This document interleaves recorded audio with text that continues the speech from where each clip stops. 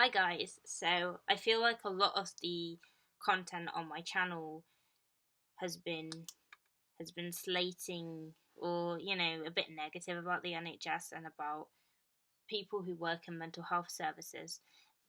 I wanted to tell you about something that's happened. I went into hospital maybe a month, just over a month ago. Something happened and I left the house in a huge state and ended up in hospital. I do talk about it in my story time video, just briefly. I was there from like 12 at night till, well, it was the next day. So in the morning and the next day, and they wanted me to see the mental health team, the paramedics that came to see me. And they were lovely. They really were. I went in an ambulance. My mum was with me, and I had to sit in a waiting room for ages and ages in A&E. They basically put me in a waiting room to then go in another waiting room to then go in a bed and wait again. So I was lying on this bed, and this doctor came in to see me, and he was, oh my god, he was like such a beautiful man. I don't know, like, when somebody's just kind-hearted and genuine, and you feel like, you know what, I want to talk to you. And he came in, and I was kind of a bit like nervous and worried about what I was going to say, and he started asking me some questions about like what was going on before this and why did I end up in hospital. I think the difference between him and some of the other people I've worked with is that he has the time for people.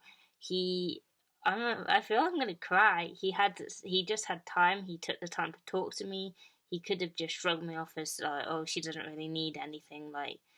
And he started talking about meditation because he was a Sikh, and he was saying like, obviously that I'm a Sikh and like meditation is something I practice every day. And he was saying when you recover, when people get things wrong, and he said, I'm not, I don't work for the mental health team. And he even apologized that the mental health services are rubbish and that we get let down all the time and that patients don't get treated properly. He actually made an apology, and it wasn't even his place to do that. He didn't have to do that. He didn't ever have to do that.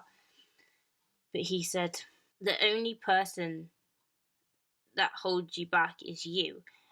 And I found that to be true. I do think that's right. I think at the end of the day, a lot of the time when you're ill, it isn't your fault that necessarily that you find it hard to take control, but you can come to this point where you can take control of something, and you can come to this point where you can be more positive. I'm not saying that you will wake up feeling happy if tomorrow you only change one thing out of your routine. Like maybe for the past month you've been sat in your pajamas all day because you can't face anything. But if you change tiny things at a time, you will break a habit of, well, I feel crap, so I'm not going to get dressed. And then because it does start from one thing. It starts and it escalates, and then you can reverse that the other way. So you might feel like crap and not get dressed, and then the next day you think, oh, I feel like shit again, so I'm not going to get dressed, and it keeps going on, and it ends up being that because you're not getting dressed you feel like shit, because you haven't seen anyone you feel like shit, because you haven't eaten you feel like shit, you haven't been to the toilet, so you just, and you can't be bothered, and it, like, all these things that go on, and then you end up not doing nothing, so you're not stimulated, and when you're not stimulated, you get bored, and then you feel worse, and then you don't sleep, you don't eat properly, and all these things are just impacting you worse. And I'm not saying it's your fault that it's like that, but I'm saying that you can change it. It is possible to change it. And he was saying the only person that really stops you doing anything is you. Like, he's like, you're here and you're obviously seeking help. And he was saying like there is positives to what you're doing. Like, there is things that you are doing right, but there's also things that you're going to be doing wrong. I've always said, like, because I came to the realization that you don't care what other people think about you, you care what you think other people think about you. So if you have like really bad social anxiety, it's usually because you're thinking about what other people think about you as opposed to what they're actually thinking about you. It's a bit like sitting in the canteen. So you're sat in the canteen eating lunch, and there's all these people around you, and you're like, well, I'm the only person sat on my own here. Like, everybody's looking at me. In reality, when was the last time that you stared at somebody because they were alone in the canteen? Or did you just sit and talk to your friends and just totally not even know that they were there? I've never judged someone for sitting alone in at uni in the canteen. I don't know about anybody else, but I've never thought, what a loser. Why are they sat on their own? It's normal to sit on your own in the canteen at uni, because there are just breaks where people don't have anyone to go around with because everyone else is in the lesson or everyone else has gone home. It's totally normal. So you care only what you think people think about you. It is unlikely that you know what people think about you. For the most part, that is the truth. I don't particularly care what people think about me. I do care what I think people think about me. And usually I only care what people think when I know them personally. And so when you look at it like that, you can see that it is you and your thought patterns and like these bad habits that you get into that hold you back. Don't look at things as holding you back either. Like, it's a bit of a bad phrase to use. The reason that maybe I've got so low before is because I've been telling myself that it's pointless, and I've been telling myself there's no point, and sometimes not even bother to try to fight it. I had a period where I thought everything was pointless, and there was no point, and that, like, it's morbid to just even listen to this now. Like, just stop, just don't do it. Like, that's what it was like being in my head. I'm so tired of hearing that stuff now. I'm tired of it. And he was saying to me, not in a negative way, but it is you holding yourself back. Like, every time you don't do something, it's you. That's like, and then it's not an insult. The way he said it was just, I don't know. Like, some people could say that, and I'd probably want to turn around and hit them. And it's not an accusation.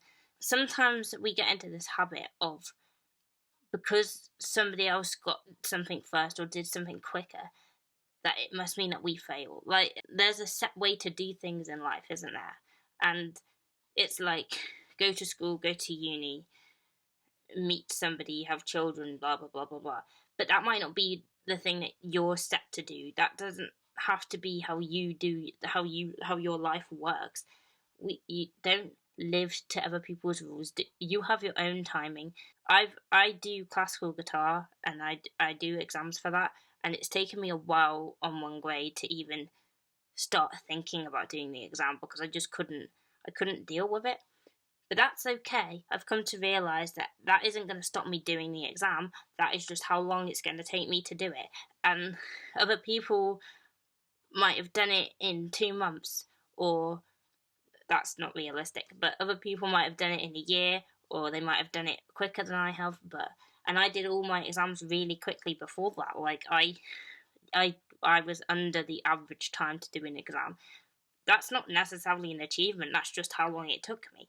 There is no point getting wound up over something that isn't in the present time. Like, you can only focus on the present time. If something from the past is bothering you, you are living in the past. If something from the past that you didn't do right is bothering you and you let it continue like that, that's a bad habit. If you think, well, I failed at school, so I'm going to fail at life, you will fail at life, because you can't set aside the fact that school is irrelevant. I failed at school. It doesn't matter. I'm here now. I'm doing what I want to do. Why does it matter? It doesn't matter. It doesn't define me as a person. It don't define you as a person. Your illness doesn't define you as a person. The things you didn't do don't define you as a person. The things that you do now, right now, matter. Right in this second, not in the next second, not like a minute ago. The things that you're doing right now matter. That's the only thing that matters. You can change everything for yourself, I promise you. And he was right about that. And guess what? This is the icing on the cake for me. This shows that there are people out there that give a damn. I woke up like this morning. I wake up quite late, to be honest. I woke up at about 11:30 to a missed call, and I had no idea who it was, and I didn't even think about it. I just thought, oh, it's probably a spam call. My mum's just come back and told me that That doctor, a month and a bit later, rung up to see how I was doing. He didn't have to do that. He, what a legend! What a legend! Like, I hope that somehow he's watching this video, because, like, honestly, dude, we need so many more people like this in working in hospitals, working with mentally ill people, because I've honestly felt quite a lot better since talking to him. Like, I've noticed my life kind of improving since I spoke to him. What, I don't even know. This guy, I'm gonna have to try to find a way of sending some sort of compliment, or finding some way of, like, this guy needs a pay rise. What the hell? Oh my god.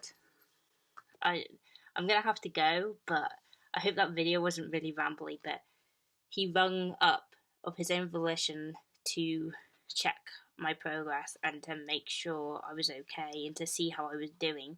He wrote my name down. He made a note of my name to see that I was okay. Can't slam that. I cannot slam that. You don't really get how.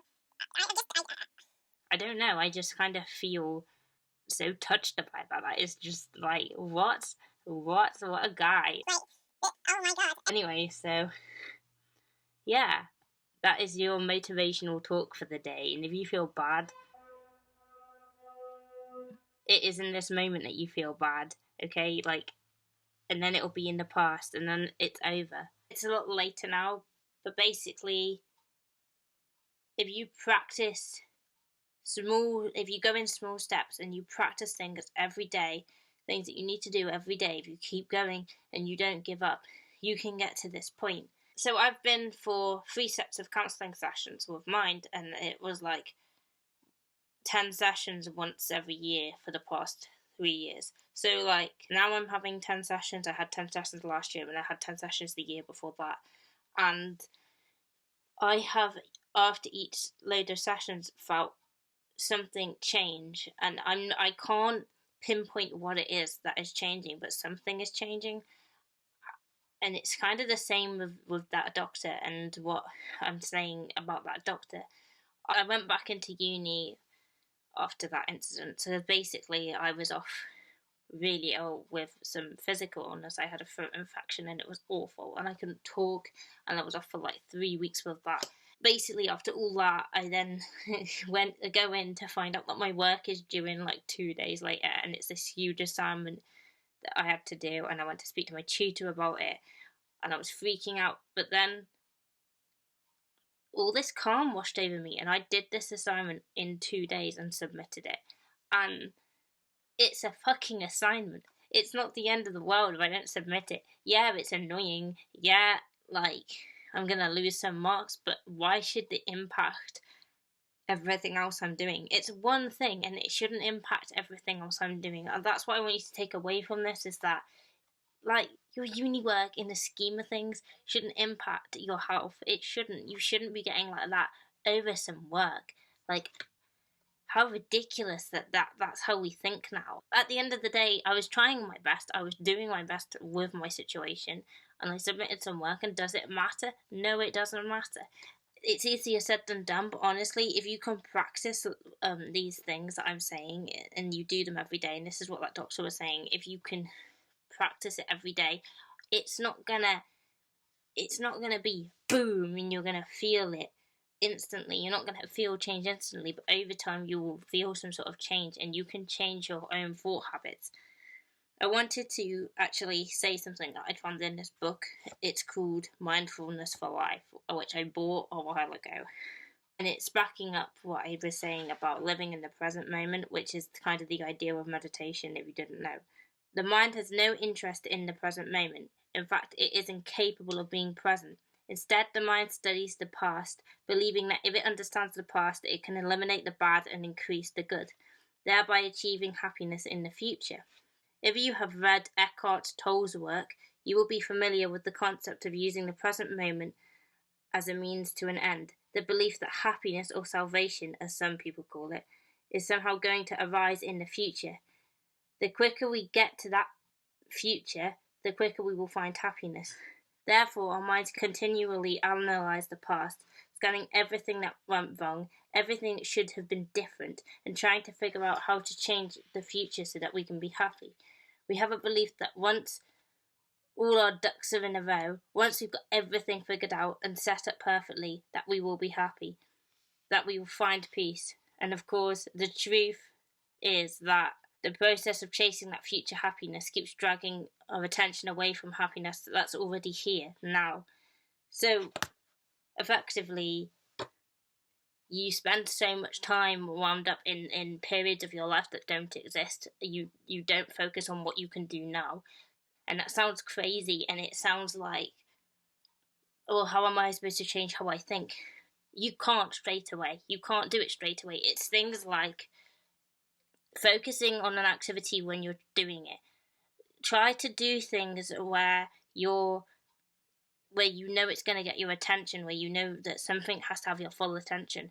I was reading a book and just reading the book word by word. I wasn't thinking about what I was going to do after, or what I'd done before, or why I should be worried about X, Y, and Z.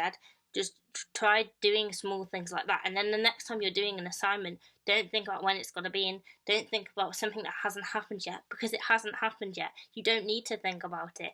Yeah, logic doesn't defy like the way you feel, but logic can sometimes help.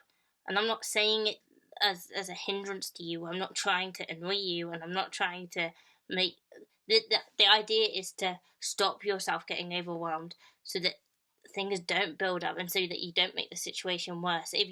There's a good quote from Fantastic Beasts there. My theory is, when you worry, you just suffer twice. And that's truth. That is the truth. Like, it's one of the best things ever. Like, you're just going to suffer again. What's the point of knowing that you're going to fail something, an assignment, for example, and worrying about it? There's no point. You may as well get the rest of your assignments done and then sort it out. There's always a way around something. Even if, like, it seems at the time like, oh god, like the things I was worried about last year, I can't really remember. Like, I can remember that I spent a lot of time paining myself over it. It doesn't matter now. It's irrelevant. Like, it won't matter to you in a year, so it doesn't matter. Obviously, there are situations where things do matter in a year, and they're probably things that you need to work on. But there are things that now, if they're not really important, then don't beat yourself up over it. This I love. This is from the same book. So basically, the idea is that we use stories as a basis to judge ourselves on. So the example in the book is, if I say I am a very good author, I am describing a belief about myself based on the past, and this is where the trouble starts. As soon as we rely on stories to tell us about ourselves, we are in serious trouble on two fronts. Firstly, the mind is rarely positive and is highly likely to focus on what you haven't done well in the past, which is why most people have problems with their self-esteem. Secondly, when you are busy thinking about what kind of person you are, you're missing out on the present moment, known as life. In our efforts to please judging the voice in our head, we sacrifice our very own life. You're judging everything that you've ever done based on what happened before, but the reality is, if I run a race and lose the race, say it happened a week ago, if I did that a week ago and I lost a race, that does not mean that today I'm going to lose the race again. Your past has no impact on how you live now. For the most part, a lot of the stuff you did in the past doesn't matter now. Like, it really doesn't matter. It is just a story. Failing something doesn't mean you're going to fail it now. And it doesn't necessarily make it a failure. If you look at it as a failure, it will be a failure. It will get you down. If you look at it as, well, this is what I need to do to change that, it can help you. Things that you thought were maybe bad or failures or whatever, they can help you. If you like this video, please subscribe.